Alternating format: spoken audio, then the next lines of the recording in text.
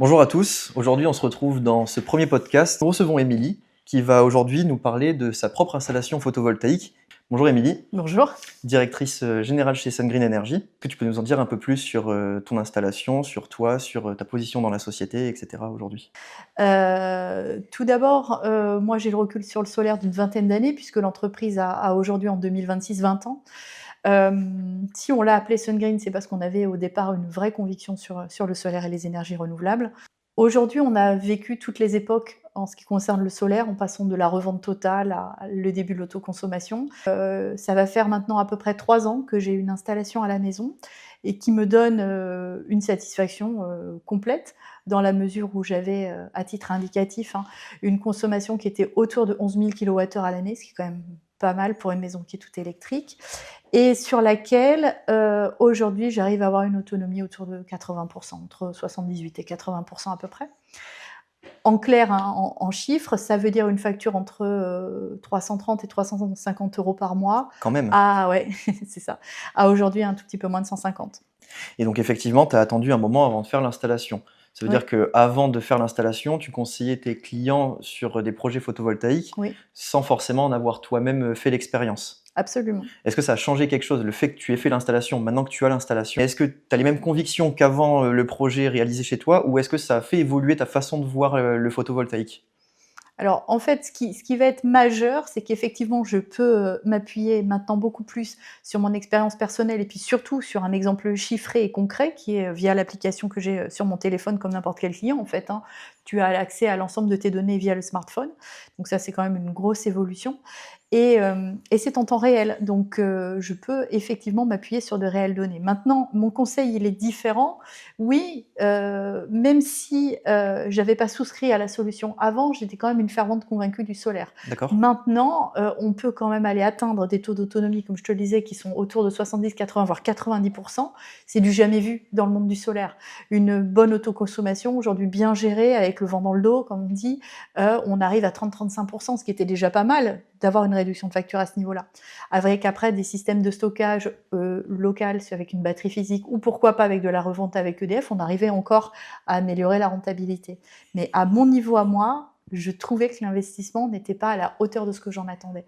Et donc cette révolution, si tu veux, de l'arrivée de la batterie virtuelle en France depuis maintenant moins d'une dizaine d'années, fait une différence majeure quant à l'attendu en fait de ta solution solaire, de ton retour sur investissement qui est aujourd'hui beaucoup plus court.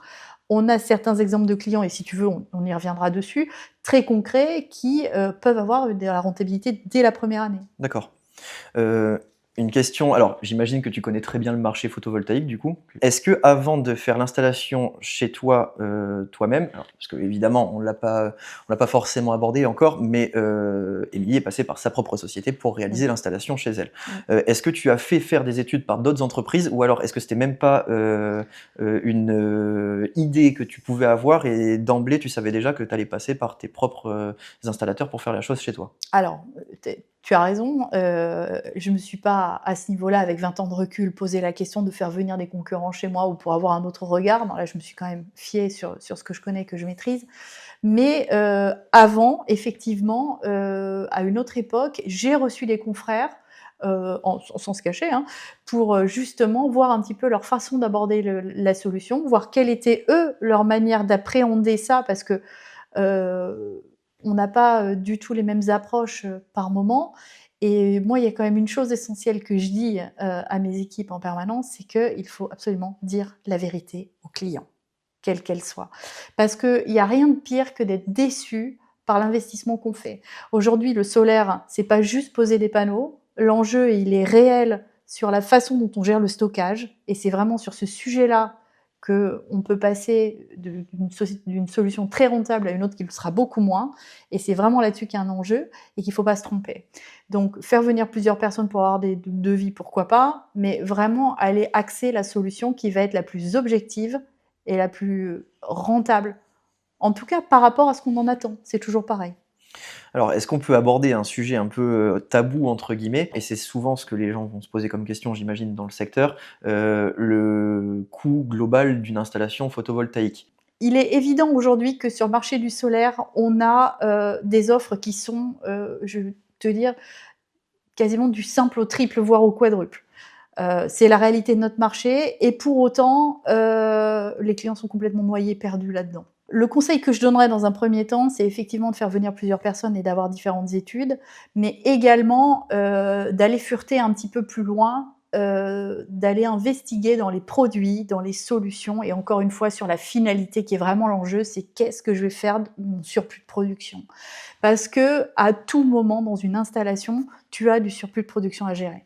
Un investissement aujourd'hui sérieux pour un 3 kW, je pense qu'il faut avoir une fourchette qui va être entre allez, 8 et 12 000 euros. On est sur quelque chose de cohérent avec des produits de bonne facture, etc. Ce qui va dépendre, bien sûr, c'est la structure de l'entreprise. Plus tu vas tomber sur une structure qui va être légère ou une petite entreprise, voire un artisan, plus tu vas avoir un prix qui peut être faible parce que les charges ne sont pas les mêmes. Après, le service n'est pas le même non plus. Attention. Lorsqu'on est sur des produits techniques comme ceux-là, sur lesquels il y a entre guillemets des garanties qui sont très longues et également beaucoup de solutions qui sont pilotées avec beaucoup d'informatique et de choses comme ça, on est encore une fois pas juste sur de l'installation de panneaux. On est vraiment sur toute une architecture derrière, sur tout un environnement digital sur lequel il faut de réelles compétences et un réel suivi, un monitoring, etc. Et des équipes qui soient là pour intervenir. Parce que des dysfonctionnements, ça peut très bien arriver, des pertes de connectivité, etc. Et là, tu perds tout l'intérêt de ton installation, en fait, si tu ne t'en rends pas compte tout de suite.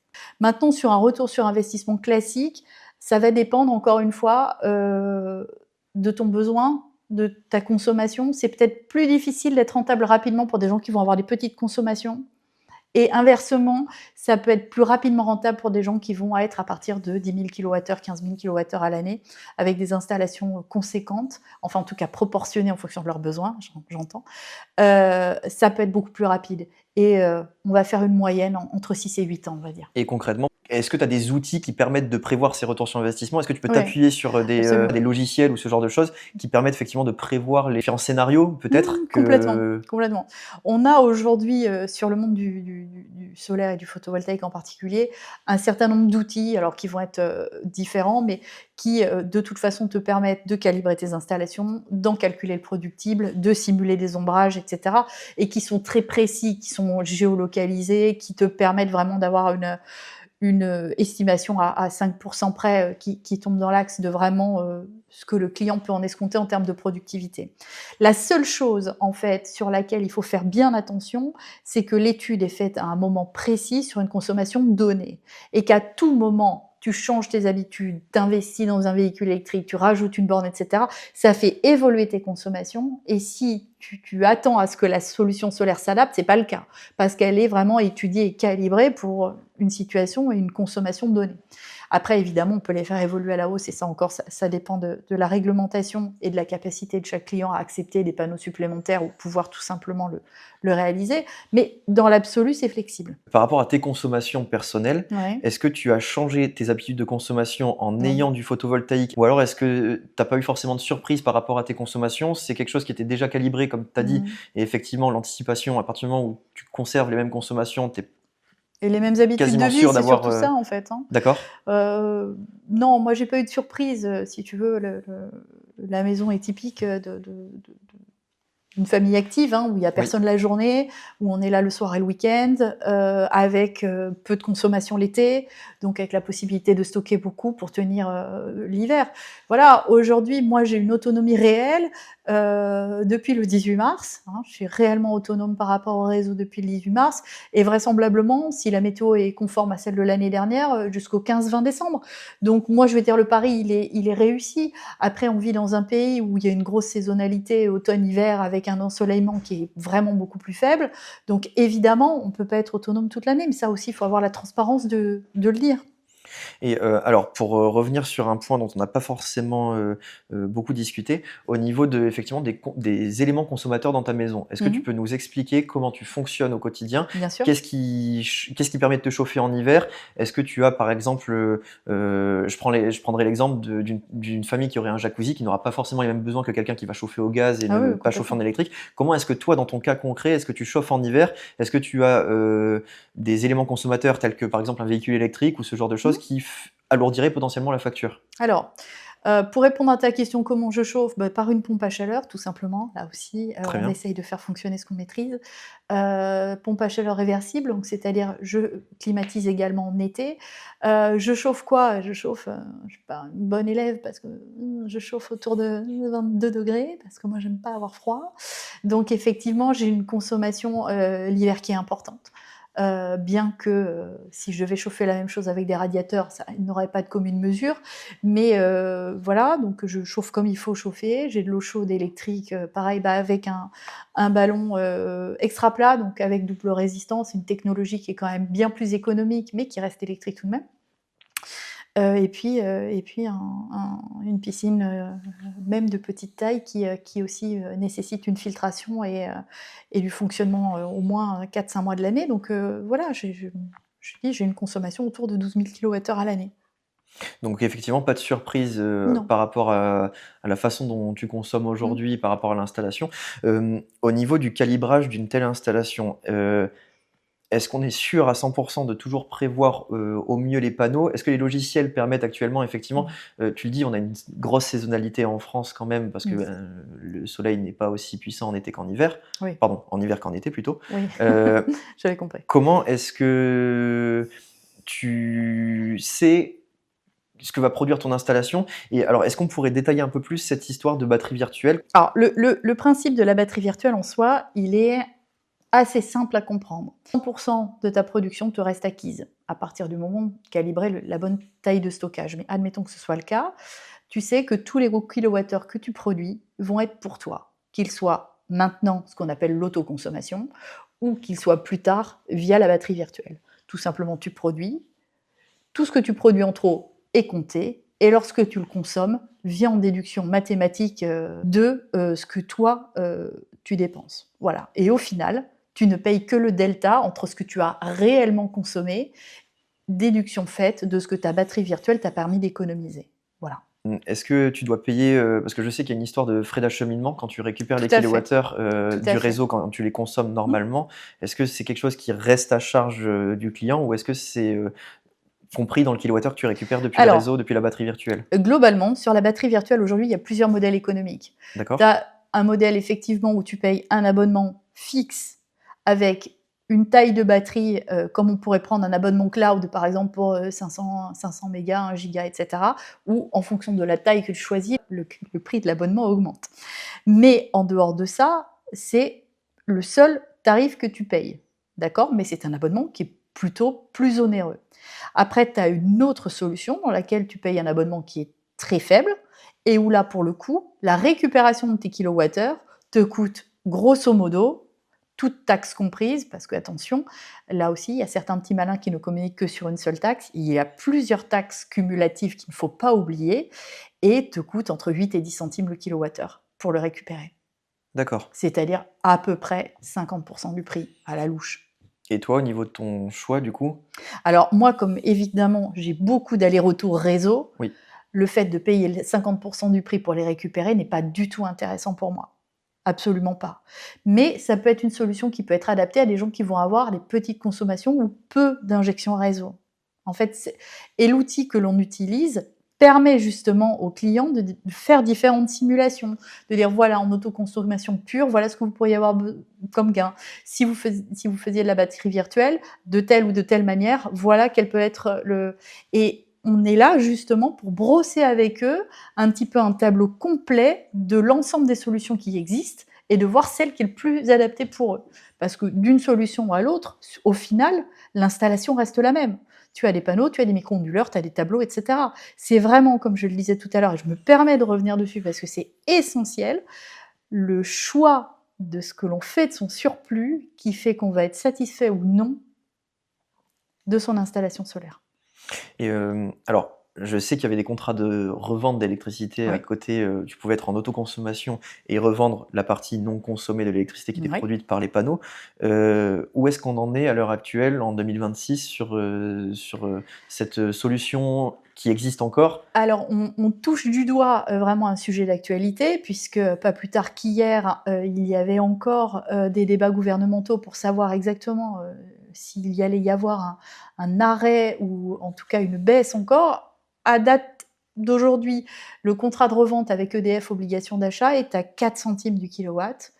Les projections sont à 1 centime pour le futur contrat, avec un arrêt des primes à l'autoconsommation. Voilà ce qui est en suspens. Est-ce que ça va sortir, pas sortir? Voilà où on en est aujourd'hui. Donc effectivement, Ah, c'est pas rentable. Hein. Et c'est pas forcément préconisé. Non. En tout cas, pas par ta société, Ah et non, c'est pas pas du ce tout. sur quoi tu conseilles tes clients. Non, non. Ok. Au niveau de la façon dont fonctionne le système de batterie virtuelle, est-ce qu'aujourd'hui tu peux laisser les appareils se gérer tout seuls? Est-ce que le fait d'avoir une installation photovoltaïque permet potentiellement de piloter certains appareils en fonction de la façon dont va produire l'installation photovoltaïque? Effectivement, oui, il y a un partenaire avec lequel on travaille depuis plusieurs années, qui est notre partenaire phare d'ailleurs, pour lequel on est entreprise premium, comme ils l'appellent, qui est MyLight, et qui propose justement des solutions de monitoring d'un certain nombre d'appareils, notamment les chauffe-eau, les pompes à chaleur RO et également les bornes de recharge, qui permettent, via leur intelligence artificielle et via leur pilotage, d'aller traquer encore plus l'autoconsommation, d'aller l'optimiser et d'avoir en contrepartie, puisque eux sont gagnants dans le fait de gérer votre autoconsommation comme ça, de vous donner du cashback. Donc ça, c'est quand même une plus-value encore par rapport à votre installation, c'est-à-dire en plus de la rentabilité intrinsèque de votre installation sur le moment, vous avez en plus de l'argent qui revient parce que vous laissez MyLight piloter vos appareils et du coup les déclencher au moment qui est le plus propice pour eux, puisque je ne sais pas si tu le sais, mais le coût de l'électricité dans la journée peut faire x10, x15 en fonction de l'heure à laquelle on la consomme. Ah, quand même. Ah oui, oui, complètement. Mais comment ça se fait? Mais parce que c'est un peu comme les trains, tu as des heures de pointe, etc. Et en fait, MyLight arrive à gagner de l'argent, si tu veux, s'ils arrivent à te vendre l'électricité au moment où c'est le moins cher, pour finalement économiser et utiliser cette autoconsommation au moment où ça coûte le plus cher. Parce que sur les marchés spot de l'énergie, c'est comme ça qu'eux arrivent à faire du trading et arrivent à gagner en rentabilité. Donc ils ont à la fois tout intérêt à te faire économiser de Bien l'électricité sûr. pour pouvoir stocker eux et trader cette électricité en Bien quelque sûr. sorte. Ils parient sur effectivement le prix de ce kilowattheure-là. C'est comme une bourse en fait. C'est exactement ça, c'est un système de bourse de l'énergie finalement et ça leur permet, du coup, en ayant la main sur tes moments de consommation, d'optimiser le coût de l'électricité au moment où justement il est le moins cher et donc comme eux, ils y gagnent, tu y gagnes aussi en même temps et ça se traduit par ce cashback qui revient. Et de l'autre côté, le fait de monitorer certains appareils permet en plus de justement éviter de surcharger le stockage virtuel que tu fais. Ça permet de limiter les consommations. Ça permet de désengorger le réseau et d'éviter ces allers-retours réseau qui peuvent parfois être un petit peu pénibles, on va dire, coûteux. Qu'est-ce que tu conseilles en 2026 à quelqu'un qui hésite à faire du photovoltaïque? Je veux dire, ça dépend. Ça dépend et il faut étudier plusieurs choses. Tout d'abord, la première chose à regarder, c'est quelle est la consommation du client. Est-ce qu'aujourd'hui, sa consommation électrique justifie un investissement solaire? Clairement, on ne va pas se mentir. Après, il peut y avoir comment ça s'appelle, des convictions par rapport aux énergies renouvelables, des envies d'être dépendant, enfin le moins possible en tout cas du réseau, et ça se respecte, et de ne pas vouloir forcément attendre à ce que ton installation soit rentable. On a des clients comme ça qui sont convaincus de l'écologie, etc., et qui ont envie, même s'ils n'ont pas des gros besoins électriques, d'investir. Pas de souci, mais là on ne parle pas de retour sur investissement. Là, on parle d'indépendance énergétique, on parle dans le fait d'utiliser des énergies renouvelables, de sortir du nucléaire, etc. Mais c'est autre chose. Mais pour des clients qui auraient vraiment un attendu au niveau des économies, qui souhaiteraient vraiment un retour sur investissement, eh bien, il faut avoir quand même une facture électrique qui soit supérieure à 1 000 € par an. Ce qui en soi peut être le cas pour, j'imagine, une belle partie des personnes ayant un logement à l'électricité aujourd'hui. À l'électricité, oui. Mais il n'y a pas que des clients à l'électricité. Il y a des gens qui sont au gaz, il y a des gens qui sont au fuel, il y a des gens qui sont ces Alors, systèmes-là. potentiellement, ça pourra faire l'objet d'une autre discussion, mais est-ce que le fait de faire du photovoltaïque aujourd'hui peut être associé au fait on parle beaucoup de transition énergétique, on parle Oui. de changement de façon de consommer dans les maisons, de passer du fuel à l'électrique, du gaz Mmh. à l'électrique, etc. Est-ce que le fait de faire un projet photovoltaïque aujourd'hui peut être associé à un changement d'énergie primaire dans la maison? Alors, j'ai envie de te dire oui, et on le conseille. D'ailleurs, chez SunGreen, aujourd'hui, on ne maîtrise pas que la solution solaire. Depuis 20 ans, on est aussi des experts de tout ce qui est chauffage, pompe à chaleur, que ce soit, sur du système RO, en remplacement de chaudière gaz fuel, ou que ce soit, sur de la climatisation réversible, type pompe à chaleur RR. Isolation aussi. Voilà, on intervient en fait sur tous les pôles, de la rénovation énergétique pour pouvoir offrir à nos clients en fait la solution qui leur convient et pas le produit qu'on a à vendre, et c'est en ça que c'est plutôt singulier et intéressant. C'est-à-dire qu'on peut avoir un conseil qui va être un petit peu décomplexé dans le sens où on n'a pas un intérêt plus un autre sur un produit, mais à analyser de façon assez globale et macro, une situation toute particulière pour venir y adjoindre les solutions qui vont être les plus pertinentes pour chaque client. Si aujourd'hui, tu dois faire une installation photovoltaïque chez Oui. toi, alors toi tu l'as réalisée, donc tu peux en parler en tant que cliente. Est-ce que tu as des choses à préparer, à anticiper, des démarches par exemple à prévoir pour que l'installation soit faite directement, par tes techniciens? Alors pas du tout, parce que si tu veux, on est structuré comme ça, et c'est une volonté, depuis 20 ans, de faire du service clé en main. C'est-à-dire que les personnes, nos clients n'ont absolument à s'occuper de rien. Ils nous font confiance et c'est déjà beaucoup. On gère tout le reste pour eux, que ce soit, la technique, mais que ce soit aussi toute l'interface financière. On a pour eux des solutions qui sont adaptées à l'acquisition de ce type de produit, pour que justement ça vienne s'intégrer dans leur budget mensuel sans que ce soit pour autant très douloureux. Voilà, on a vraiment ces solutions-là, et l'ensemble des démarches pour le photovoltaïque, et il y en a un certain nombre en ce qui concerne les démarches auprès des mairies, mais ensuite les raccordements auprès d'Enedis et les démarches auprès du Consuel pour la conformité, sont 100% gérés par l'entreprise. Et au niveau du suivi de l'installation, une Mmh. fois que c'est réalisé, Oui. qu'est-ce qu'il en est? Comment est-ce que le suivi est réalisé? Est-ce que le client lambda qui va avoir un problème sur son installation peut appeler la société pour, avoir des informations sur son installation Bien sûr. en d'accord. Bien sûr. Comme je te l'expliquais tout à l'heure, en fait, il y a une supervision globale de l'ensemble de ton installation, par plusieurs applications qui peuvent se croiser d'ailleurs. Mais l'implication principale, déjà, permet d'avoir une lecture qui est assez complète de tout ce qui se passe chez toi. À quel moment? De ce que tu produis, de ce que tu consommes, de ce que tu as comme puissance disponible, etc. De ce que tu as fait sur la journée, le mois, l'année, etc. Enfin, tu as une vision vraiment très détaillée. Mais à côté de ça, on est staffé, c'est le but aussi, pour avoir, une réactivité sur le service après-vente quand il y en a. Alors ça veut dire que si moi demain, je fais une installation chez moi, Mmh. j'ai pas envie de gérer, quoi que ce soit. Moi, je veux effectivement avoir mon devis, je donne mon accord et cetera. L'entreprise s'occupe d'absolument tout pour moi. Ouais, complètement. C'est l'intérêt, en fait, c'est que tu sois, toi, complètement soulagé de cette surcharge administrative sur laquelle il faut en plus des compétences particulières pour bien remplir les formulaires et faire les demandes correctes, parce que ça se fait pas comme ça non plus. Et puis, tu nous as choisis, et donc par ce fait-là, c'est une globalité, un projet, ficelé du début à la fin, qui comprend l'avant-vente, bien sûr, s'il y a besoin de faire une visite technique ou s'il y a besoin, d'aller voir, s'il y a des particularités, et puis l'après-vente, c'est-à-dire qu'à tout moment, il y a un souci sur ton installation, on sera même averti avant toi parce qu'on en a une supervision complète. Ça nous permet d'être rapide et efficace, sur les dépannages quand il y en a.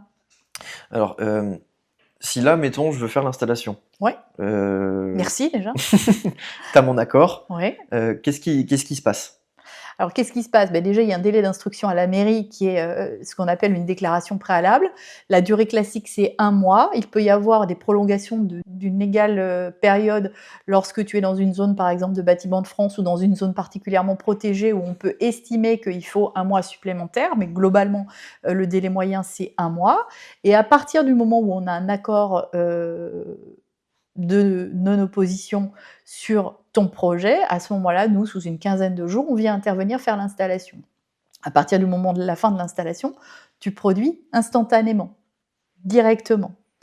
Il y a juste un tout petit délai après pour l'activation de ta batterie, si jamais tu as fait le choix de la batterie virtuelle, le temps de faire les démarches, conçuelles, raccordement Enedis, etc., pour aller, entre guillemets, qualifier l'injection de surplus en tant que batterie virtuelle. Voilà, donc ça peut prendre un petit mois de plus, mais tu es, dès la première seconde, direct en autoconsommation. Donc, ouais, donc au moment où j'ai les panneaux, je produis, Oui, je réduis ma facture parce que la production rentre dans ma maison et permet d'alimenter mes appareils électriques. tout de suite. Et un peu après, effectivement, bon, ben, mon surplus est valorisé et Tout à fait. je fais de l'épargne. Exactement. C'est un D'accord. système d'épargne. Alors, une question qui fâche un peu.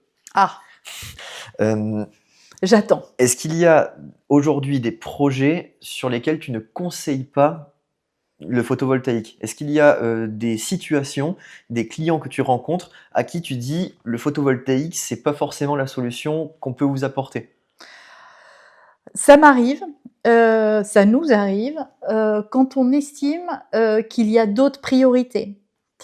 Comme je te l'ai dit tout à l'heure, on a la «chance» entre guillemets, ou en tout cas, la possibilité d'intervenir sur d'autres, parties d'une habitation, et s'il me paraît plus pertinent d'aller travailler d'abord sur de l'isolation ou d'abord sur du chauffage pour être plus cohérent, c'est effectivement le conseil qu'on va donner.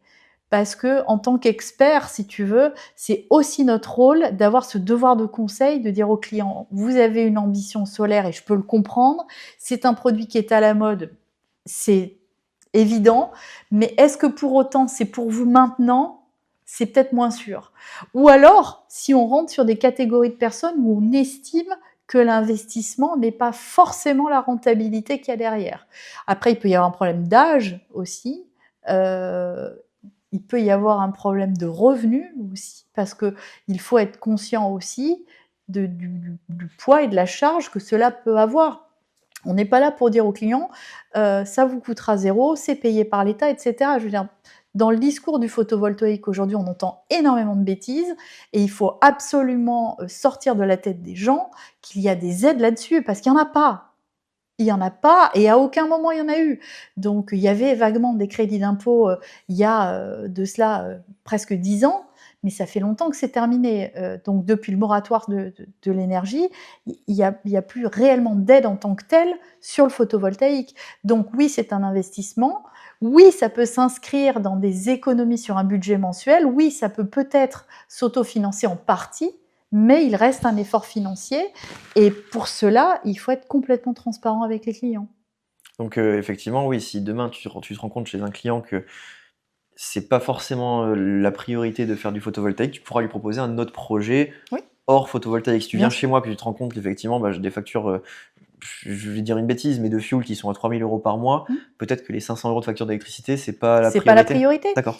Et puis si en allant dans les combles, on se rend compte qu'il y a 5 centimètres d'isolant, je vais dire: «Maxime, écoute, hein, les grands-mères le disaient, la chaleur monte, tout ce que tu chauffes aujourd'hui, ça part dans des combles, tu as pas d'isolation, tu chauffes dehors. Heu, mec, fais quelque chose sur l'isolation d'abord». Et c'est pertinent, mais ça vient dans l'analyse, encore une fois, qu'il faut prendre le temps de faire concrètement avec les clients chez eux. Une fois les panneaux installés, tu as le suivi de l'installation et cetera. Est-ce qu'il y a un entretien spécifique? Est-ce que ça a une charge, concrète, à l'utilisation? Je prends l'exemple d'une voiture. Une voiture, tu sais que quand tu l'achètes, il faut l'entretenir tous les ans, tu as ta vidange à faire, ça te Mmh. coûte une certaine somme d'argent, les freins et cetera. Est-ce que sur un projet photovoltaïque, c'est quelque chose qui va avoir une charge, à rajouter, au coût initial d'investissement, ou c'est quelque chose qui, une fois que c'est installé, tu sais que tu as les économies et tu as plus rien à dépenser? Alors, en tant que tel, il n'y a pas de réel entretien, en tout cas sur les panneaux. Aujourd'hui, ils ont une technologie qui fait qu'avec la pluie et cetera, il y a un lessivage naturel qui se fait. Pour autant, il y a quand même un sujet sur le photovoltaïque, comme on touche à l'électricité avec des câblages et cetera, avec de l'électricité qui passe. Moi, je conseille, un contrat d'entretien au moins tous les 2 ans pour aller vérifier justement les continuités, les connectivités électriques, vérifier les boîtes et cetera.